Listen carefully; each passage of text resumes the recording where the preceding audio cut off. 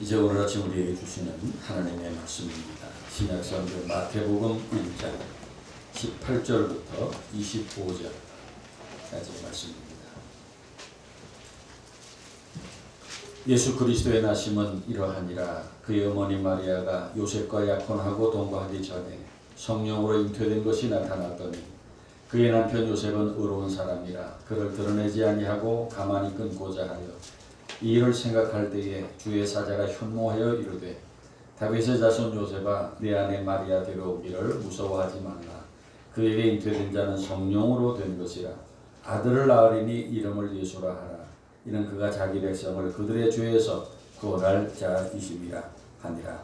이 모든 일이 된 것은 주께서 선지자로 하신 말씀을 이루려 하심이니 이르시되 보라 처녀가 잉태하여 아들을 낳을 것이요 그 이름은 임마누엘이라 하리라 하셨으니 이를 번역한즉 하나님이 우리와 함께 계시다 함이라. 요셉이 잠에서 깨어 일어나 주의 사자의 분부대로 행하여 그의 아내를 데려왔으나 아들을 낳기까지 동침하지 아니하더니 낳음에 이름을 예수라 하니라. 아멘. 하나님의 말씀입니다. 오늘 세상에서 가장 기쁜 날, 구주 예수님 탄생하신 성탄절 아침에 우리 하늘교회 모이신 여러분 모두에게 우리 성탄절의 평화와 은총이 두루 넘치기를 축원합니다. 성지 예루살렘에 가면은 야드바셈이라는 기념관이 있습니다. 이 기념관은 나치 독일에 의해서 희생당한 우리 600만 명의 유대인들의 학살을 절대로 잊지 말고 영원히 기억하자고 1945년을 기점으로 해서 과거, 현재, 미래 역사를 정리해 놓은 그 유대인 학살 기념관입니다. 그 기념관에 가면은 어린 아이들의 그 희생을 기념하는 기념탑 뒤편 언덕에 어린아이 10명을 품에 안고 있는 어떤 사람의 동상이 있습니다. 그 동상의 이름은 코르작과 게토의 어린이들 이라는 동상입니다. 이 코르작이라고 하는 사람은 폴란드의 아동 작가이며 교육자의 이름입니다. 왜 이 폴란드 사람의 동상이 거기 세워져 있느냐 하면은 나치 독일의 군대가 폴란드에 있던 유대인 학교를 급습했을 때 코르작은 그 학교의 교사였습니다. 코르작은 유대인이 아니었지만은 어린 아이들이 붙잡혀 갈 때 아이들과 함께 끌려가는 트럭에 올라탑니다. 자신이 교사로서 두려움에 떠는 어린 아이들을 그냥 보낼 수 없었기 때문입니다. 그 후로 계속 아이들과 함께 동행하였습니다. 그리고 마지막에 죽음을 당하는 가스실에도 함께 들어가서 코르작은 그 아이들을 끌어안고 위로하면서 같이 죽임을 당한 것입니다. 그렇게 진정한 사랑은 그 누군가와 끝까지 함께하고 목숨까지도 내어줄 수 있는 사랑입니다. 우리 구주 예수님에게 주어졌던 이름 임마누엘이라는 이름은 하나님께서 우리 인간과 끝까지 함께 하시는 사랑을 의미합니다. 임마누엘의 사랑은 변함이 없는 사랑입니다. 또 임마누엘의 사랑은 차별이 없는 사랑입니다. 죄인들, 병자들, 고아와 과부, 나그네들에게도 차별이 없는 사랑입니다. 그리고 시대와 환경과 조건을 초월하는 결코 변하지 않는 사랑입니다. 아멘입니까? 오늘 말씀 마태복음 1장은 이사야 선지자의 그 예언을 인용하여 기록된 말씀입니다. 구약 이사야서 7장 14절입니다. 그러므로 주께서 친히 징조로 너에게 주실 것이라. 보라 처녀가 잉태하여 아들을 낳을 것이요 그 이름을 임마누엘이라 하리라 했는데 여기 임마누엘이라고 하는 이름의 임마누는 우리 히브리어로 우리와 함께 라는 뜻입니다. With us. 그리고 엘은 하나님을 말하죠. 그래서 임마누엘이란 하나님께서 우리와 함께 계시다라는 의미입니다. 그러면 성탄절에 주시는 임마누엘의 은총은 어떤 은혜일까요? 첫째로 구원의 증거입니다. 오늘 본문 21절에 아들을 낳으리니 이름을 예수라 하라. 이는 그가 자기 백성을 저희 죄에서 구원할 자이심이라 했는데, 예수님께서 인간의 몸으로 세상에 오신 목적은 죄 때문에 영원히 멸망에 떨어질 인간들을 구원하시기 위함입니다. 얼마나 큰 은혜인지 몰라요. 이 엄청난 구원의 역사는 다른 그 누구도 할 수 없고 오직 예수 그리스도만이 하실 수 있는 일이에요. 돈이나 권력이나 세상적인 무엇으로도 죄의 문제를 해결할 수 없습니다. 하늘의 천사도 할 수 없어요. 세상의 어떤 위대한 영웅도 할 수 없어요. 오직 예수님만이 그 일을 하실 수 있습니다. 그러므로 예수님의 성탄이 우리들에게 얼마나 큰 은혜입니까? 여러분, 예수님은 구주십니다. 구주라는 말은 구세주라는 말입니다. 예수님은 세상을 구원할 자라는 뜻입니다. 그리고 무엇보다 중요한 것은 예수님은 온 세상의 유일한 구주이십니다. 우리를 죄로부터 구원하실 이는 온 천지에 예수님밖에 없습니다.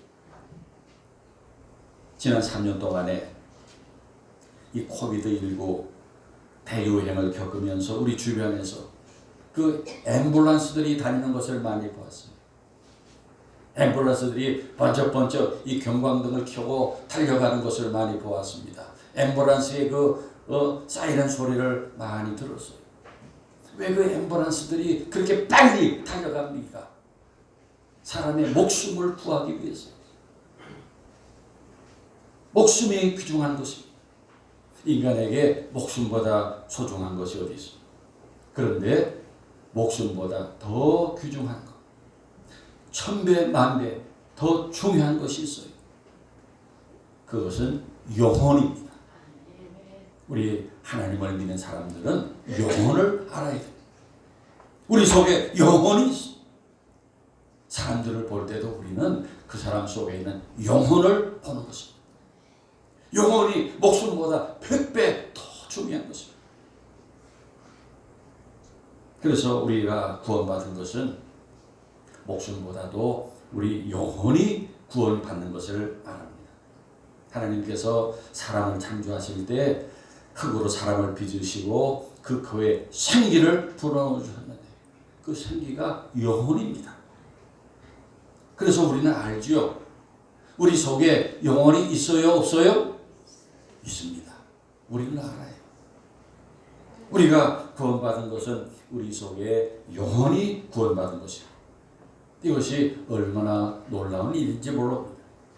그 영혼을 우리가 알아야 합니다. 그래서 우리가 왜 예수를 믿습니까?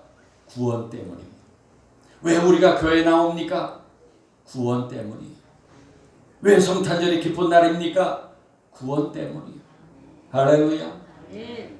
우리를 구원하시려고 이 땅에 오신 예수님을 믿으면 구원을 받습니다. 누가복음 2장 10절에 아기 예수님이 탄생하셨을 때 천사가 말합니다. 무서워하지 말라. 내가 온 백성에게 미칠 큰 기쁨의 좋은 소식을 너희에게 전하노라 하였습니다. 예수님의 탄생이 왜 기쁜 소식입니까? 우리를 구원하러 오셨기 때문에. 오늘 본문 마태복음 1장 21절 말씀에 주의 사자가 요셉에게 말합니다. 아들을 낳으리니 이름을 예수라 하라. 이는 그가 자기 백성을 그들의 죄에서 구원할 자이심이라 하였습니다. 예수님은 구원자로 오신 거죠. 그러므로 우리는 예수를 믿어야 합니다. 오직 예수 그리스도를 통해서만이 우리는 구원을 받을 수 있기 때문이에요. 이것이 바로 예수님이 세상에 오신 이유입니다. 두 번째로 임마누엘은 화해의 증거입니다. 1차 대전이 한창인 성탄절 이후였습니다. 서로에게 총을 겨누고 있던 병사들의 마음은 이미 고향과 가족에게 가 있었어요. 그때 한 병사가 고요한 밤, 거룩한 밤 찬송을 부르기 시작했어요.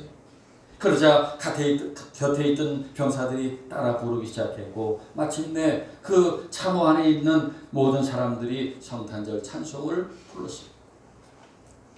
그리고 찬송 부르기를 마쳤을 때 그들은 저쪽에 상대편 참호에서 들려오는 노랫소리에 깜짝 놀랐어요. 상대편 적군의 병사들도 그들의 언어로 고요한 밤 거룩한 밤을 부르고 있었기 때문이에요. 그날 밤에 병사들은 함께 평화의 왕으로 오신 예수 그리스도를 찬송하면서 싸움을 멈췄다고 합니다. 그렇습니다. 예수 그리스도가 계신 곳은 비록 전쟁터일지라도 화해가 이루어지고 화목한 곳이 됩니다. 그리스도를 주인으로 모시고 살 때 이 땅의 전쟁과 다툼은 평화로 바뀔 수 있습니다. 이 세상의 온전한 평화는 예수 그리스도를 통해서만이 가능합니다. 구약 이사야 11장에 보면은 메시아가 오셨을 때 이루어질 나라에 대한 예언이 기록되어 있습니다. 그때에 이리가 어린 양과 함께 살며 표범이 어린 염소와 함께 누우며 송아지와 어린 사자와 살찐 짐승이 함께 있어 어린아이에게 끌리며 암소와 곰이 함께 먹으며 그것들의 새끼가 함께 엎드리며 사자가 소처럼 풀을 먹을 것이며 젖 먹는 아이가 독사의 구멍에 장난하며 젖된 어린아이가 독사의 굴에 손을 넣을 것이라. 여러분, 어떻게 이리하고 어린 양이 함께 거하고 표범이 어린 염소와 함께 놀 수 있습니까? 어떻게 암소와 곰이 함께 먹고 사자가 소처럼 풀을 먹을 수 있을까요? 이런 일은 세상에 일어날 수 없는 일이에요. 오늘날 마귀가 왕노릇하고 있는 세상에서는 모든 것이 갈등이고 대립이고 분쟁이에요. 지금 우리나라를 보세요. 세계를 보세요. 세상 모든 것이 전쟁터고 싸움판이에요. 그들이 누구의 다스림을 받아서 그렇게 죽어라 싸울까요? 예수님입니까? 마귀입니까? 오늘날 사람들이 어찌 그렇게 악랄하게 싸우는지 말할 수 없어요. 이러한 대립의 관계는 외적 환경에서만 볼 수 있는 것이 아니라 우리의 내면에서도 그랬어요.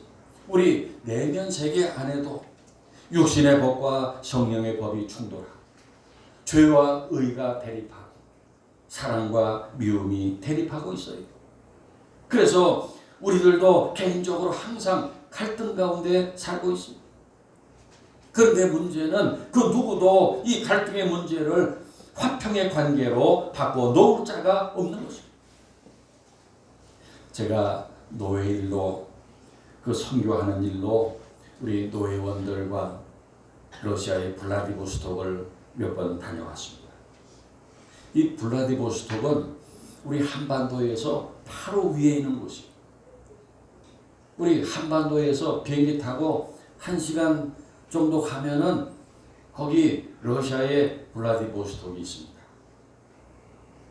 거기가 러시아 땅인데, 그런데 거기서 만나는 그 러시아 사람들은 아주 순박하고 마음이 부건한 사람들입니다. 그 도시에 우리 한국 사람들이 많이 살고 있어요. 그런데 왜 여기 사냐 물어보면은 거기 왔다가 그 러시아 사람들에게 반해서 그 사람들이 너무 인심이 좋고 사람들이 좋아서 거기 살고 싶어서 살고 있다는 거예요. 그 제가 볼 때도 러시아 사람들이 아주 좋습니다.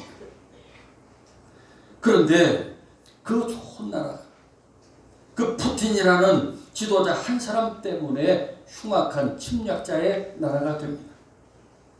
그래서 오늘도 러시아가 흉악한 전쟁을 벌이고 있는데 항상 그 한두 사람의 지도자 때문에 참혹한 전쟁이 벌어지고 수많은 사람들이 죽음으로 내몰립니다. 그러나 반대로 또 한두 사람 때문에 엄청난 전쟁이 그치고 평화가 오기도 합니다. 그렇게 우리 예수님은 이 세상에 평화의 왕으로 평화를 위해 오셨습니다.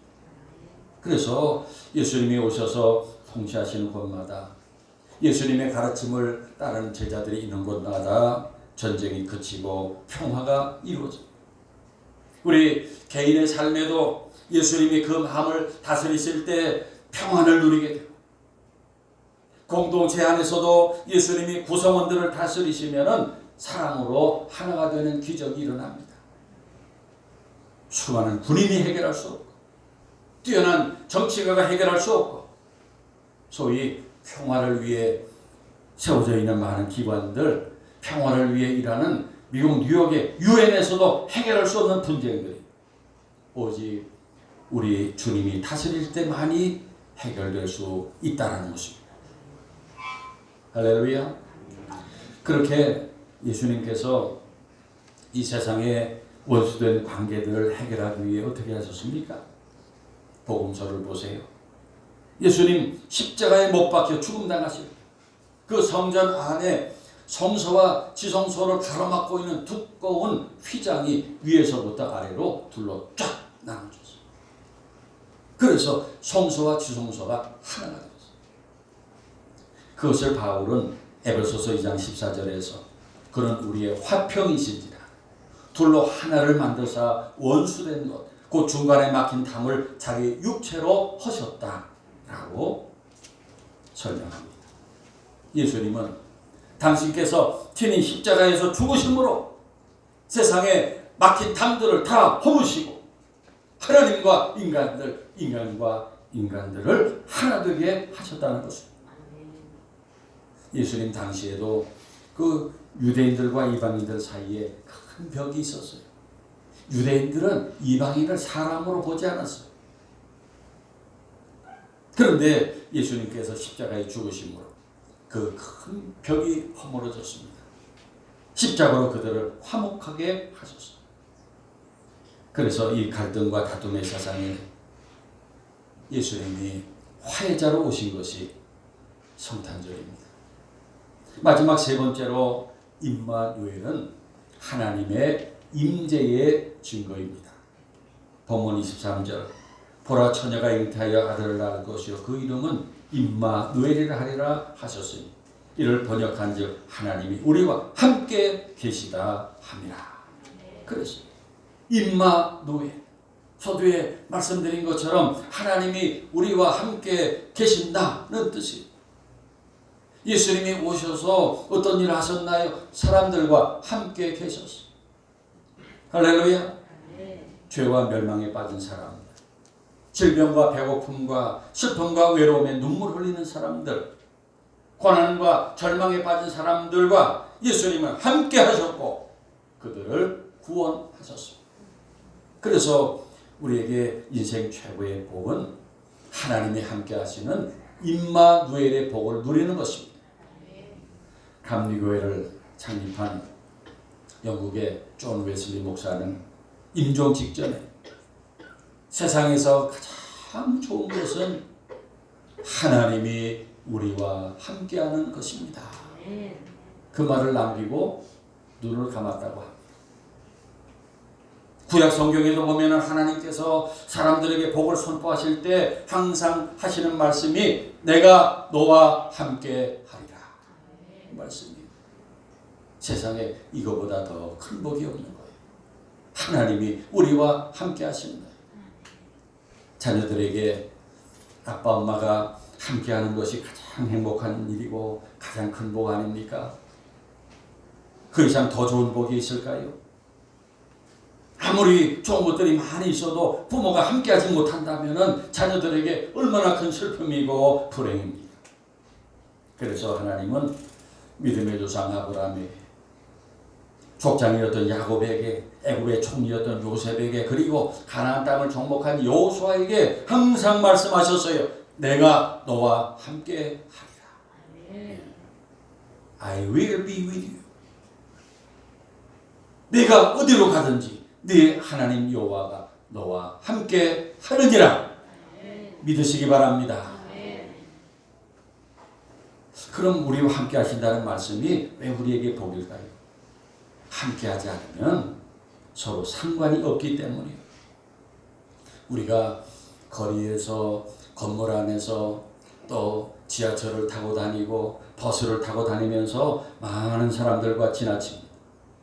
많은 사람들하고 이렇게 마주 앉아서 얼굴을 쳐다보기도 합니다. 그러나 상관이 없으면은 서로에 대해 일이 없습니다.